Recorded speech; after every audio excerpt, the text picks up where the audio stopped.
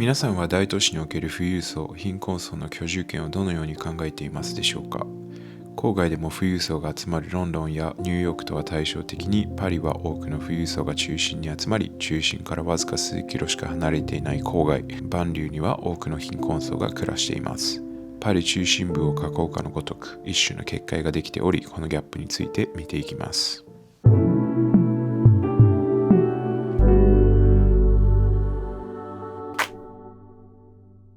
皆さんこんにちは、シンです。今僕はフランス・パリに来ております。皆さんはパリと聞くと何をご想像されますでしょうか。美しい街並みだったり美食の街、あとは芸術の街、いろいろご意見はあるんじゃないかなと思うんですけれども、それってパリ中心部のお話なんですよね。実際パリの中心部から外に行くと一気に雰囲気が変わるそうで、ある意味格差っていうのができちゃっているような状況です。でこのパリ中心部とパリ郊外における格差についてなんですが、去年パリオリンピックで都市開発とかがされていて、郊外の地域における格差をなくそうっていうので、政府はいろいろ動いていたみたいなんですよね。というので今回気になって実際自分の目でパリに来ることとしました。そしてフランス語でバンリューという言葉があるんですけれども、この言葉は郊外という意味です。で本来中立的な言葉ではあるんですけれども、パリといった大都市におけるバンリューっていうのはややネガティブな意味合いが込められていると言われています。ちなみにちょっと調べてみたんですけれども、パリの中心の平均の住宅価格1平米だいたい9000ユーロ台っていう風になってるんですけど、パリのバンリューにおける平均の住宅価格っていうのは4500ユーロっていうことで、とてもじゃないですけれども住めるような状況ではないと理解しています。でバンリューについて少し現地の方からお話を聞けるっていうので、ちょっと聞きに行ってみたいと思います。Hi, nice to meet you. Yeah, it's such a pleasure. Can you tell us a bit about yourself? What is your name? Sure. My name is Danielle. I am American and I've been living here in Paris for about 3 years. And how has your experience been? Have you been living in the banlieue all this time, or have you been living somewhere else in the center? So I had an unusual trip into Paris. Basically, I was dating someone before I moved here, and I spent a couple trips going back and forth to meet this person. They lived in the banlieue on the south side called Saint-Michel-sur-Orge. It's below Essonne. It's maybe 40 minutes into the city by Grand Line train. And that was a very interesting experience because I just felt so far away from everything. It was very prohibitive. So I have also been fortunate in my time here to live in different central neighborhoods, in the 1st, in the 7th, and in the 18th. You cannot put a price on being able to walk home after some event, going to a concert, walking home from an Olympic event. I mean, those are some things that I was very privileged to do when I lived there. Restaurants are close. You can go to nightclubs. It's very rarely discussed, but there is a cap on train times. Trains tend to leave between 12:30, and 1 a.m. in the morning. And so if you're not able to get those lines, you're out a significant amount of money, maybe a 40 to 45 euro taxi ride if you need to go home. And unfortunately, from time to time, those train lines cancel the last couple trains. And if that's the case, you have to take a series of buses that takes you almost 3 hours to get home. I have had that happen a couple times. 今のパリの地理的構造は19世紀半ば、当時ナポレオン3世の下のジョルジュ・ブジェーヌ・オスマン男爵によって計画されました。オスマン男爵は都市の近代化と美化を目的に中心に広い大通りを設け、建物の外観を統一し、大規模な公園などを設置。当時設計された建物のデザインは今でいうオスマン建築にあたり、これにより都心の不動産は象徴的なものになりました。その結果、多くの労働者階級の人々は中心部から追い出され、彼らがもともと住んでいた住居は優雅なアパルトマンへと建て替えられる。そして19世紀末には経済的に厳しい人々は完全に死の端へと追いやられ、パリ郊外には工業地帯が発展。安い家賃を求める労働者がそれら工業地帯に集まったものの、インフラや公共サービスは乏しいものでした。そして第二次世界大戦後、パリをはじめフランスは住宅不足に直面。政府はグランザンサンブルと呼ばれる巨大な団地を郊外に大量に建設し、特にパリ北部のサンドニ、オーベルブリエ、クリシースボアなどに集中。当初はパリ中心のアパートに比べて近代的で広々としていましたが、手入れなどを怠った結果、社会的に孤立するようになります。I mean, there are so many restrictions to the people who live out in the banlieue. I should also make a distinction that there is a set of neighborhoods directly outside of the French periphery, the kind of large highway that encircles the greater city of Paris. the people that live directly on the outskirts are going to be largely immigrant groups, people from the outside, maybe artists or people of a lower middle to middle class that are struggling to find a way to secure apartments in Paris. And then outside of that is like a greater village or banlieue that either functions like a small village or functions like some sort of what we would perceive as a ghetto or like a series of very densely populated buildings with large families stuffed into small spaces. で以前僕ロンドンの公営住宅についての動画を出したんですけれども、ロンドンは当初ですね、その地域間の格差をなくそうとして富裕層が住むエリア、中間層、貧困層問わず公営住宅を建ててですね、なるべく格差をなくそうとしてたんですよね。もちろん土地の大きさ的なこともありですね、パリはロンドンの15分の1の大きさっていうので、中心部に公営住宅を建てる余裕がないよって言っても、それはそれで理解はできます。でつい何週間か前にですね、パリで大規模な反政府デモが起こっていたかと思うんですけれども、その一つにですね、公共サービスにおける予算削減というのが盛り込まれていて、市民は怒っていましたと。なので住民における貧富の格差っていうのがより拡大していくんじゃないかっていう懸念があって、これが実際いわゆるそのバンリューの方々にどれだけ影響を与えるかわからないんですけれども、かなり心配されるようなことなんじゃないかなと思っています。There are two types of people that live in the banlieue. There are people who choose to be out there, people who maybe want a bigger house, they want to have kids, they have families, and they have land, versus people who are out there because they have a giant family and they cannot afford something more centralized. They're not close to the schools that they want, and therefore they maybe don't have cars, and so they can't migrate in or out of the city to take their kids to better schools, to do better business, and they are kind of forced to be in these areas. There's still a lot of segregation, even, I would use that word, according to where you're from and how long you've been in the city. And that was extremely noticeable when I lived on the south side. It's still fairly noticeable. I'm on the east side right now in a banlieue for another like 3 weeks before I come back towards the city center. And you can tell the demographics of people radically shift once you start to hit the last 4, 3, 2 stops on a line. It's very clear that the people coming in and out are the ones that are really propping up the city with their labor, whether it be working in a restaurant or again, running buses or working security.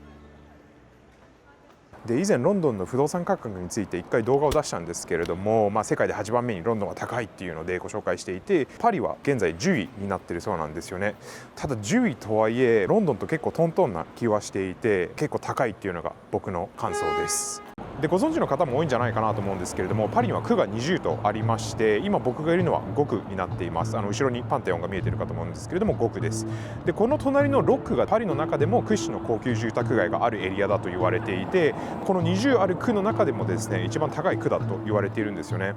で平均の不動産価格1平米がだいたい1万5000ユーロするとも言われているんですけれども、6区の中でもエリアによっては3万ユーロ1平米超えるところもあって、高級住宅街になっています。で今僕はパリ郊外のサンドニというところに来てるんですけれども、後ろに見えていますのがサンドニの大聖堂になっております。でここはですね、パリの中心から15分20分で来れるような場所なんですよね。なんですけれども、僕が最初にパリに来た2000年後半ぐらいからですね、結構治安が悪いエリアとして有名で、今でも治安が悪いっていうふうに言われているようなところになります。そして動画の冒頭でパリ6区の平均の住宅価格が1平米あたり1万5000ユーロでご紹介してるんですけれども、サンドニは4600ユーロだと言われてるんですよね。なのでその6区の3分の1っていうところで貧困層の方々が住むようなエリアになっています。ただこの4600ユーロっていうのは現在上昇傾向にあって、今後上昇し続けるんじゃないかっていうような予測があります。でこのエリア少し歩いて回ったんですけれども、結構公営住宅とかもあってちょっと荒れてる部分もあるんですけれど、全体的に OK なのかなという感覚はあります。そして中心と比べて移民色が少し強めの場所になってるんですけれども、僕はそんなに気にならないですね。サンドニにおける失業率は一時期 20% にも達し、治安が心配されるエリアでしたが、現在失業率は 10% 前後まで落ちています。ただ現在パリ中心部の失業率は 5% を推移しているため 10% は依然高い水準となっております。治安問題はじめ交通の便が悪いと投資の呼び込みがしにくく、市内との格差がなかなか埋まらないバンリューもあるようです。で今僕はオリンピック村に来てるんですけれども、この後ろにあります建物、ずらっと並んでるんですが、これが全部選手が泊まっていた場所になるんですね。でこちらはですね、政府の方針としてはオリンピック終了後 50% の家屋を低所得者向けの住宅にするっていう方針かなんかがあったんですけれども、実際蓋を開けてみたら 30% にとどまっているような状況です。ただそれより気になるのは、埋まっているところもあるんですけれども、全く人の気配がないところも結構あってですね、ちょっとどういう状況なのかかなり謎です。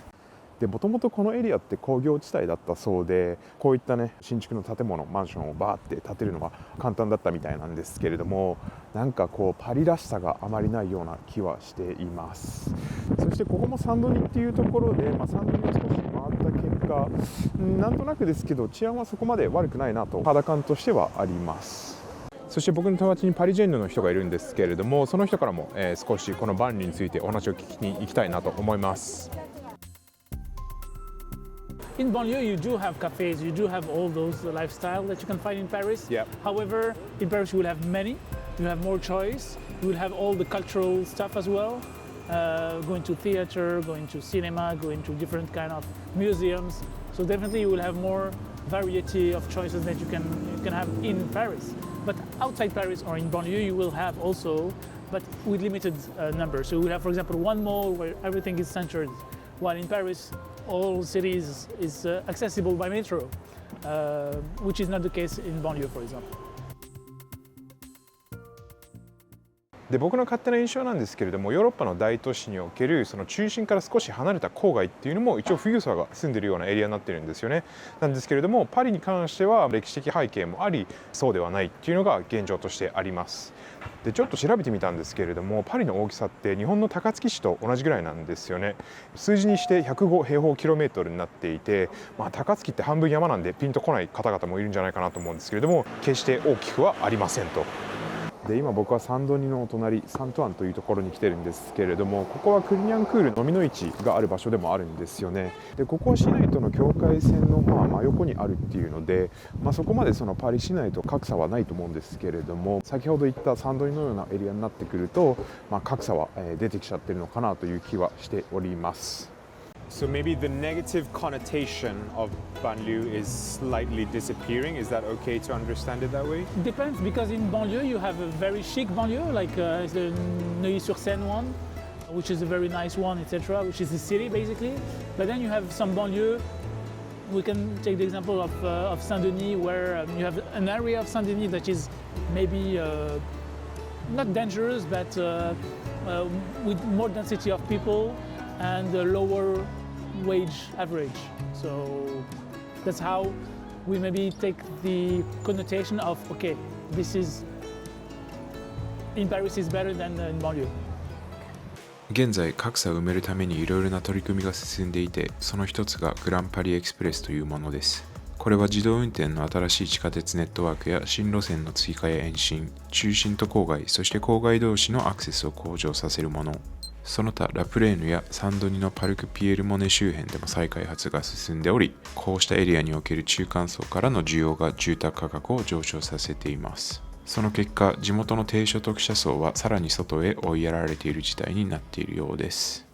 The current situation has been complicated a little bit. The New York Times just released an article about the gentrification of the banlieue. So the idea that people that cannot afford to live in the city center are migrating just to the edges where either buildings are derelict, people have food deserts, and they're slowly turning these into what they call bobo neighborhoods. So you're seeing more natural food stores, bio restaurants, and coffee shops, which are indicative of like an upper class moving into an area. And so there's now this question of, is this a harmonious adjustment? Are people accepting and enjoying this? According to the New York Times article, people loved, oh, I love what is happening in my neighborhood. I think this is a very interesting place. It's got a lot of color and texture to it that you don't see in Paris. But that tends to be the way that Paris is separated anyway. there's again still a lot of segregation here. And the places that are often the most colorful and have the greatest texture are that way because of the people who live there. So as Parisians are forced to get a taste of people from around the world, it turns out they do actually enjoy a diverse neighborhood. They just aren't often exposed to one, and they're not as willing to go find one. So I find that a lot of Parisians are open to exploring and discovering the rest of the world, but that usually comes with surmounting the blockade of, well, we have to be French and French first. で動画の冒頭でもご紹介したんですけれども、パリの都市計画を1860年代にオスマン男爵がしたっていうので、それまではですねパリって今の一回り二回り小さかったらしいんですよね。なのでオスマン男爵がもうすでにそれを拡張している状態なんで、これ以上拡張できるのかっていうような質問はあるんじゃないかなと思います。なので言い換えると、もうパリにおける境界線って170年も続いているわけで、そこから急にじゃあ郊外を市の中心の一部として管轄しますっていうのは、物理的にできたとしてもなかなかそれがうまくいかないんじゃないかなというふうに思っています。So do you think there is a compatible solution to the housing problem in Paris? Oh, that's complicated. It's complicated because Parisians tend to award housing not because you can afford it, but because it's what they think you deserve. So if they believe you merit a house, if you merit a solution, then you will receive one. But that solution is becoming harder and harder to justify as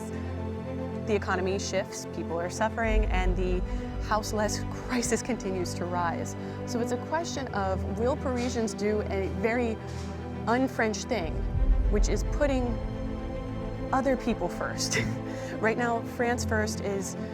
a very strong sentiment here, and it's a contentious one, but it's one that potentially, if we can get around, like, everybody deserves to be here, everyone propping up the economy, everyone contributing deserves to be safely housed, they deserve to be French in that way, then maybe this is putting France first. It means that France has to embrace its cosmopolitan identity, otherwise it's not going to get anywhere in a global or even localized way. 今回実際僕パリいろいろ回ったんですけれども、なんとなくコンパクトな気はしたんですよね、街の作り自体で。ロンドンと比べると、結構その市内動きやすいんですよね。なんですけど、その動きやすさだったりコンパクトさの裏では誰かが代償を払ってるっていうような状態なんじゃないかなというふうに思っています。 If I ask you one last question, what would be your takeaway to those people who think banlieue in a negative way? For those who lived in France, etc., they will know because if you prefer a better lifestyle, a comfortable lifestyle, big home, etc., you will tend to go to banlieue because you can have a big home with a garden, with a swimming pool, etc., but you will not have the facilities you have inside Paris, and the commute time will be bigger. So there are advantages and disadvantages of both options. So for those who think that banlieue is negative, it's wrong. It's not necessarily negative. It's mainly because most of people who are poor, etc., will tend to go to banlieue and not necessarily go there, because in Paris you also have some social, low price, low rental fees areas. It doesn't mean only in banlieue. It's also in Paris. So yeah, you should know that banlieue is not only negative. はい、ということで今回の動画はこちらで以上になります。パリの郊外都市内における格差についてでした。最後までご視聴いただきありがとうございます。